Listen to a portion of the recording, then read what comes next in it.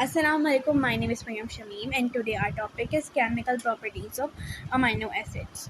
तो पहली chemical property है अमीनो एसिड की ज़्यूटाइन प्रॉपर्टी।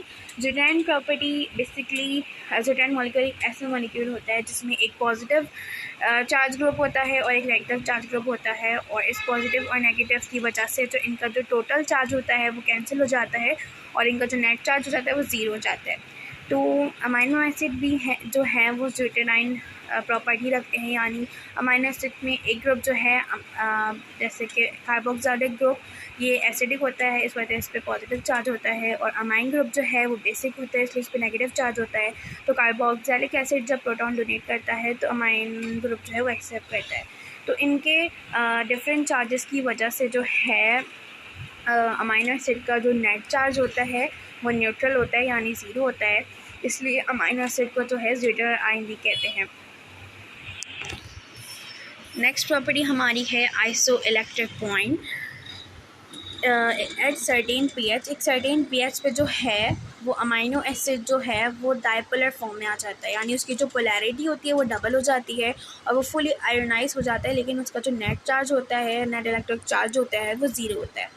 तो वो पीएच जिस पे अमीनो एसिड का नेट इलेक्ट्रिक चार्ज ज़ीरो हो ये पॉइंट कहलाता है iso electric point. Amino acid जो है वो जब उनका पीएच आइसो इलेक्ट्रिक पॉइंट के बराबर हो जाए तो वो ज़्यूटाइन कहलाते हैं और ये इलेक्ट्रिकली न्यूट्रल होते हैं। और अमीनो एसिड जो है वो फिजियोलॉजिक पीएच पे आयोनाइज हो जाते हैं। नेक्स्ट हमारी प्रॉपर्टी है डी कार्बोक्सिलेशन। डी कार्बोक्सिलेशन एक ऐसा प्रोसेस है जिसमें जो है कार्बोक्सिलिक ग्रुप को किसी भी ऑर्गेनिक कंपाउंड से रिमूव कराया जाता है। तो अमीनो एसिड की भी डी कार्बोक्सिलेशन होती है। अमीनो एसिड में से कार्बोक्सिलिक ग्रुप को रिमूव कराया जाता है जिसकी वजह से कार्बन डाइऑक्साइड रिलीज होती है। ये हमारे पास एग्जाम्पल है, जब हिस्टीडीन की डी कार्बोक्सिलेशन होती है तो हिस्टीडीन से जो है वो कार्बन डाइऑक्साइड रिलीज़ हो जाती है और हिस्टामीन बन जाता है। इसी तरह जब थायरोसिन की डी कार्बोक्सिलेशन होती है तो थायरामीन बनता है और कार्बन डाइऑक्साइड जो है रिलीज़ हो जाता है, और जब लाइसिन की होती है तो कैडावीरीन बनता है और कार्बन डाइऑक्साइड जो है वो रिलीज़ हो जाता है। नेक्स्ट प्रॉपर्टी जो है वो है एम्फोटेरिक प्रॉपर्टी।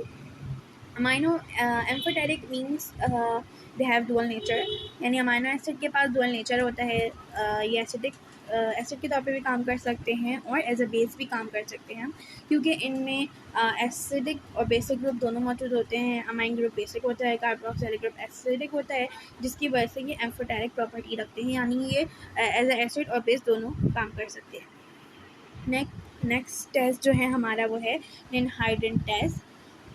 लिनहाइड्रेट टेस्ट में जो है वो 1 ml लिनहाइड्रेट लिया जाता है और लिनहाइड्रेट सोल्यूशन लिया जाता है और 1 ml जो है वो प्रोटीन लिया जाता है और इनको फिर हीट करा जाता है, और जब इनको हीट करते हैं तो वॉयलेंट कलर अपेयर होते हैं जो ये बताता है कि हमारी जो अमीनो एसिड है वो अल्फ़ा अमीनो एसिड है। बेसिकली लिनहाइड्रेट टेस्ट जो है वो अल्फ़ा अमीनो एसिड की डिटेक्शन के लिए किया जाता है। नेक्स्ट टेस्ट जो है हमारे पास है वो ज़ेंथोपीरियोडिक टेस्ट। ज़ेंथोपीरियोडिक टेस्ट जो है वो इसलिए किया जाता है ताकि हम डिटेक्ट कर सकें जो अमीनो एसिड हमारे पास प्रेजेंट है वो एरोमेटिक है या नहीं है। तो एरोमेटिक अमीनो एसिड जो हैं वो ट्रिप्टोफेन है, टायरोसिन है और फेनिलएलैनिन है। तो इनकी डिटेक्शन के लिए जो है ज़ेंथोपीरियोडिक टेस्ट किया जाता है। इस टेस्ट में ये होता है कि अमीनो एसिड को जो है रिएक्ट करवाया जाता है नाइट्रिक एसिड के साथ, और इसके नतीजे में जो है हमारा सोल्यूशन येलो हो जाता है। इसमें ये होता है कि अमीनो एसिड की नाइट्रेशन होती है।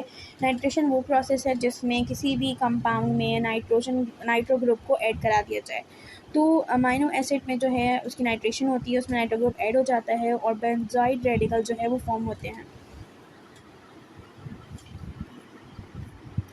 नेक्स्ट प्रॉपर्टी जो है वो हमारी है reaction with Sanger reagent. Sanger test इसलिए करा जाता है ताकि हम ये देख सकें जो हमारे पास अमीनो एसिड है उसकी एन टर्मिनल की डिटेक्शन के लिए सेंगर रिएक्शन किया जाता है, सेंगर टेस्ट किया जाता है। तो हम अमीनो एसिड को सेंगर रिएजेंट से रिएक्ट करवाते हैं उसके अमाइन ग्रुप से सेकेंड रिएक्शन को रिएक्ट करवाते हैं। इस टेस्ट के लिए जो है एक माइल्ड अल्काइन मीडियम होना चाहिए, यानी जो हमारा माइल्ड अल्किलेशन होना चाहिए, यानी हमारी जो स्लाइटली पीएच जो है वो बेसिक होनी चाहिए, स्लाइटली बेसिक। और इसके लिए कोल्ड कंडीशन होनी चाहिए। हमारा जो लास्ट केमिकल प्रॉपर्टी है अमाइनो एसिड की वो है रिएक्शन विद नाइट्रस एसिड।